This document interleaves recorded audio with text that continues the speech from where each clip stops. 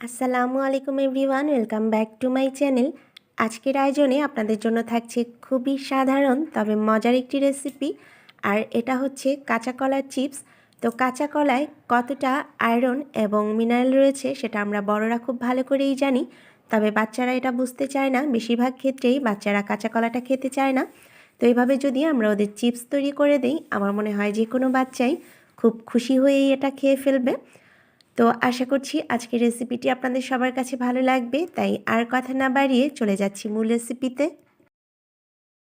প্রথমে আমি দুটো কাঁচা কলার খোসা ছাড়িয়ে এগুলো পাতলা পাতলা করে কেটে নিয়েছি। তো চেষ্টা করবেন পাতলা করে কাটা, তাহলে চিপসটা খুব বেশি মুচমুচে হবে। আর এই কলাগুলোকে কিন্তু অবশ্যই কাটার সাথে সাথেই পানিতে ভিজিয়ে রাখতে হবে, তা না হলে দেখা যাবে এগুলো কালো হয়ে যাবে। আর এই পানির মধ্যে অ্যাড করে দিতে হবে কিছুটা লবণ এবং হলুদের গুঁড়ো। লবণ আর হলুদের গুঁড়ো দিয়ে যদি আমরা কলাটাকে ভিজিয়ে রাখি তাহলে আর এটা কালো হবে না। তো এই হলুদ লবণের পানির মধ্যে আমি কলার পিসগুলোকে ভিজিয়ে রাখবো 1 ঘন্টার জন্য। হাতে সময় না থাকলে না ভিজালেও চলবে, তবে ভিজিয়ে রাখলে কিন্তু কলার কষগুলো সব বের হয়ে যাবে।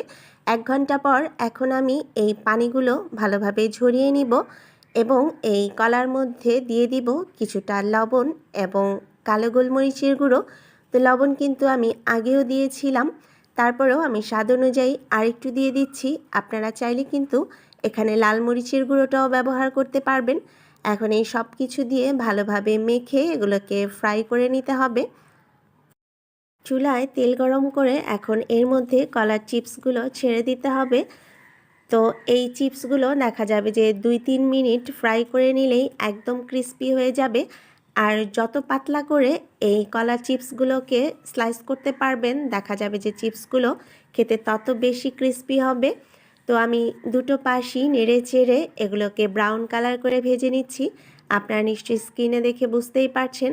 তো আমার চিপসগুলো অনেকটাই ব্রাউন কালার হয়ে এসেছে। এখন এগুলো আমি তুলে নিব এবং বাকিগুলো এই একই প্রসেসে ফ্রাই করে নিব। আমার কাঁচা কলা চিপস খাওয়ার জন্য অলমোস্ট রেডি হয়ে গিয়েছে।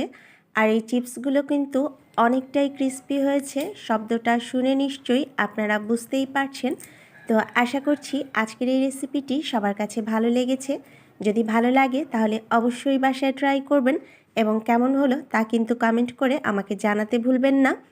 যারা এখনও আমার চ্যানেলটি সাবস্ক্রাইব করেননি তাদেরকে সাবস্ক্রাইব করার জন্য অনুরোধ রইল, এবং যারা অলরেডি করেছেন সবাইকে অসংখ্য ধন্যবাদ।